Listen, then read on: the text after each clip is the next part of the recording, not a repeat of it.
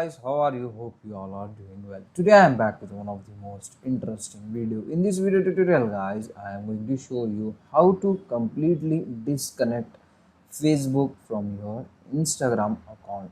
So this process I am following in my Android device. So first you need to open your Instagram app on your device. After opening, in the bottom right side you can see your profile picture. Just click on it. From here you want to open the Instagram settings.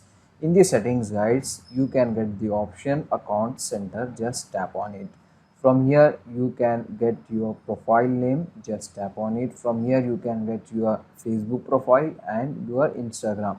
Just you want to tap on your Facebook profile like this, and here you can get the option to remove from account center. If you want to remove your Facebook from your Instagram, just you need to tap on that option. That's it. And here just tap on continue and follow the on-screen process to disconnect Facebook from your Instagram. So that's it for today guys. This is the short and very simple video. Hope you enjoy this. If you enjoy, please guys don't go back without like, share and subscribe our channel. Thank you very much.